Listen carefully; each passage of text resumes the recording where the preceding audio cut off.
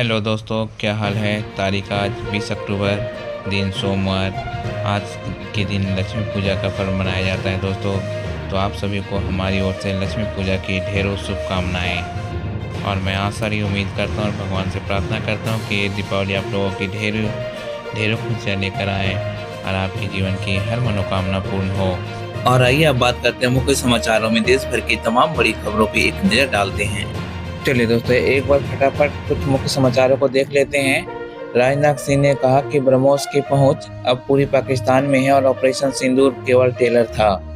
अयोध्या में दीपोत्सव 2025 के दौरान लाखों दिए जलाकर विश्व रिकॉर्ड का दावा किया गया। इंग्लैंड वुमेन्स ने इंडिया वुमेन्स टीम को 4 रनों से हराते हुए वुमेन्स वर्ल्ड कप के सेमीफाइनल में जगह बनाई। एयर इंडिया ने मिलान दिल्ली के बीच एक विशेष उड़ान संचालित करने का फैसला किया ताकि फंसे हुए यात्री को वापस लाया जा सके। कर्नाटक के मार्च में नौबती न मिलने में तनाव बढ़ा। परिणीति चोपड़ा और राघव चड्ढा का हुआ पहला बच्चा। नारा लोकेश में ऑस्ट्रेलिया में 5 दिवसीय दौरा शुरू किया, जिसमें आक्रामक निवेश और शिक्षा प्रस्ताव शामिल। कोलकाता में 20-21 अक्टूबर को होने वाले काली पूजा के चलते कई सड़कों को बंद करने और ट्रैफिक व्यवस्था को बदलने की घोषणा हुई। दिल्ली गोल्फ क्लब में चल रहे हैं, जिसमें रॉरी मैकलोरी, टॉमी जैसे बड़े खिलाड़ी भाग ले रहे हैं। बेंगलुरु में मामूली बारिश और बेहतर वायु गुणवत्ता की संभावना।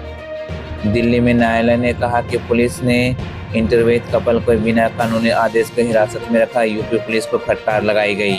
AIMIM ने बिहार विधानसभा चुनाव के लिए 25 उम्मीदवारों की सूची जारी की। भारत में नए फेडरल एजेंसी की योजना बनाई जा रही है, जो पूरे परिवहन क्षेत्र के लेकर कितनी योजना मूल्यांकन की निगरानी करेगी। यूएस में सरकार शटडाउन स्थिति में बच रही है, रिपोर्ट आई। लगभग 80% न्यूक्लियर सुरक्षा एजेंसी स्टाफ छुट्टी पे भेजने का संभावना है। मोजाम्बिका के सेरा बंदरगाह के निकट नाव दुर्घटना में 3 भारतीय मारे गए, 5 को बचाया गया विमान क्रू ट्रांसफर ऑपरेशन के दौरान। भारत के कई हिस्सों में दीपावली के पूर्व बाजार कम, लेकिन कुछ मिठाई और नमकीन की कीमतों में 7 से 8% की कमी दिखी गई। दिल्ली एनसीआर में वायु क्वालिटी इंडेक्स बहुत खराब श्रेणी में पहुंचे। दीपावली से पहले स्वास्थ्य चेतावनी जारी। श्रीधर वेम्बू ने यूएस मार्केट के बबल की चेतावनी दी है। चेतावनी उस समय आई जब वैश्विक अर्थव्यवस्था की चिंता बढ़ रही है। ऑस्ट्रेलिया ने पहले ओडीआई में भारतीय टीम को हरा दिया है। चलिए अब खबरों को थोड़ी विस्तार से जान लेते हैं कि क्या खबर क्या हुआ, पूरी विस्तार से जानेंगे। अयोध्या में हर साल दीपोत्सव पर दियों की संख्या बढ़ती जा रही है। 2018 में 3 लाख संख्या दियों से शुरू होकर 2024 में 25.12 लाख तक दिए जलाए गए, जिसे गिनीज वर्ल्ड रिकॉर्ड में दर्ज किया गया। नीचे देंगे तालिका में आप विभिन्न वर्षों में जलाए गए दियों की संख्या को देख सकते हैं कि हर साल अयोध्या में दियों की संख्या में लगातार वृद्धि हो रही, जो कि एक नया वर्ल्ड रिकॉर्ड है। तो आप भी इसमें कोशिश करें कि आप भी इसमें हिस्सा बने और दीपावली पे एक दिया जरूर जलाएं। चलिए बढ़ते हैं अगली खबर की ओर, जो कि दिल्ली मेट्रो की ओर से आ रही है। दिवाली को भीड़ भाड़ को देखते हुए दिल्ली मेट्रो की टाइमिंग में बदलाव हुआ है। दिल्ली की पहली मेट्रो अब सुबह 6 बजे को मिलेगी और रात्रि के 10 बजे को आखिरी मेट्रो मिलेगी। यह दिल्ली में दिवाली में भीड़ भाड़ को देखते हुए यह निर्णय DMRC की ओर से लिया गया है। चलिए बढ़ते हैं अगली खबर की ओर। अचानक खचाखच भरी ट्रेन में चढ़ गए रेल मंत्री अश्विन। आगे क्या हुआ देखिए वीडियो में। रेल मंत्री अश्विन वैष्णव ने त्योहारी सीजन में अपने यात्रियों की सुरक्षा सुविधा को जायजा लेने के लिए दिल्ली रेलवे स्टेशन का दौरा किया और उन्होंने यात्रियों से सीधे बात की। कई यात्रियों ने उन्हें समस्याओं से अवगत कराया। अचानक अपने बीच रेल मंत्री को देखकर के यात्री काफी उत्साहित नजर आए। इस दौरान रेल मंत्री ने रेलवे के कंट्रोल रूम का निरीक्षण किया और CCTV कैमरों की सुरक्षा व्यवस्था की जांच की। इस दौरे का मकसद यह सुनिश्चित करना था कि यात्रियों को भीड़ भाड़ वाली ट्रेन की कोई असुविधा न हो और रेलवे की तैयारियां पूरी हो।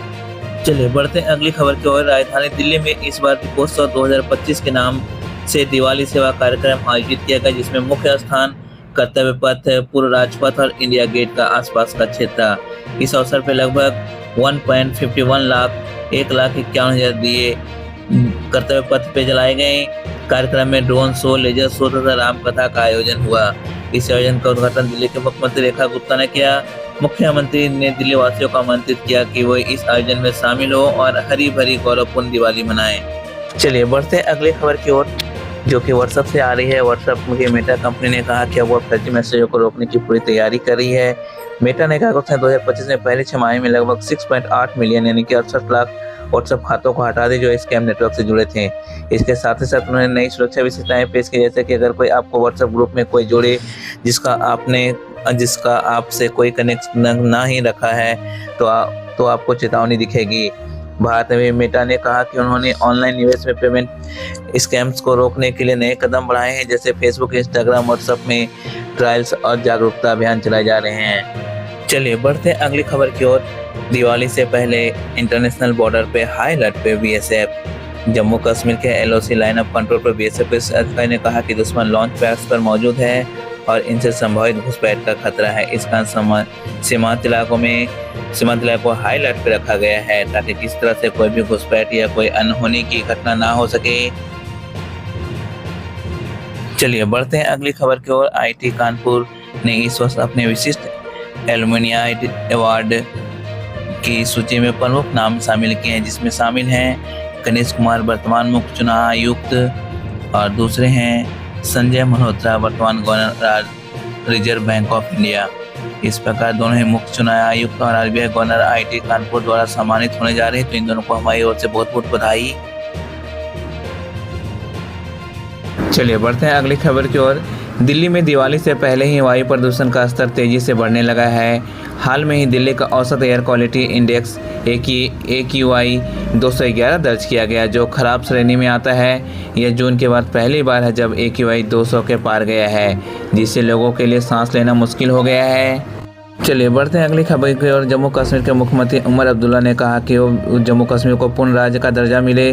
हम भाजपा से किसी प्रकार का कोई गठबंधन नहीं करेंगे, और मोदी ने भी कभी नहीं कहा कि जम्मू कश्मीर भाजपा में मिलेगी। चलिए बढ़ते हैं अगली खबर की ओर। दिल्ली हाईकोर्ट ने एक बहुत बड़ा फैसला सुनाया है, जो कि पति पत्नी को लेकर है। दिल्ली हाईकोर्ट ने कहा है कि यदि जीवन साथी सक्षम हो तो उसे गुजारा भत्ता नहीं मिल सकता है। चलिए बढ़ते हैं अगली खबर की ओर। भारत ने अपने स्वदेशी हवा से हवा में मार करने वाली मिसाइल अस्त्र MK2 का विकास किया है, जो भारतीय वायुसेना की ताकत को और बढ़ाएगी। यह missile beyond visual range BVR श्रेणी में आती है, जिसका अर्थ यह है कि पायलट के अदृश्य सीमा से बाहर भी सटीक हमला कर सकती है। इसकी अधिकतम मारक दूरी 160 किलोमीटर तक है, जो इसे लंबी दूरी के लक्ष्य को नष्ट करने में सक्षम बनाती है। मिसाइल का एक ड्यूल पल्स रॉकेट मोटर है, जो इसकी गति और सटीकता को बढ़ाती है। इसमें एक स्वदेशी AESA रडार स्पीकर और लेजर प्रॉक्सिमिटी फ्यूज है, जो इसकी गतिशील लक्ष्यों को सटीकता से ट्रैक कर नष्ट करने में सक्षम बनाती है। यह मिसाइल सुखोई Su-30 MKI और हल्के लड़ाकू विमान तेजस जैसे प्लेटफॉर्म पर लॉन्च की जा सकती है। अस्त्र MK2 के विकास से भारत की वायुसेना क्षमताओं में महत्वपूर्ण वृद्धि होगी। यह स्वदेशी तकनीक पर आधारित मिसाइल प्रणाली भारत की आत्मनिर्भरता बनाने की दिशा में एक और महत्वपूर्ण कदम है। चलिए बढ़ते हैं अगली खबर की ओर। कर्नाटक के मुख्यमंत्री सिद्धारमैया ने हाल में ही राज्य के लोगों को राष्ट्रीय स्वयंसेवक संघ RSS और संघ परिवार से सावधान रहने की अपील की है। उन्होंने आरोप लगाया है कि RSS और संघ परिवार ने हमेशा डॉक्टर भीमराव अम्बेडकर और उनके द्वारा बनाए गए संविधान का विरोध किया है। मैसूर विश्वविद्यालय के सिल्वर जुबली समारोह में बोलते हुए मुख्यमंत्री ने कहा, अपनी संगति सही रखें, सामाजिक बदलाव या सनातनियों का विरोध करने वाले का साथ ना रहें, बल्कि समाज के लिए खड़े रहे लोगों के साथ रहें।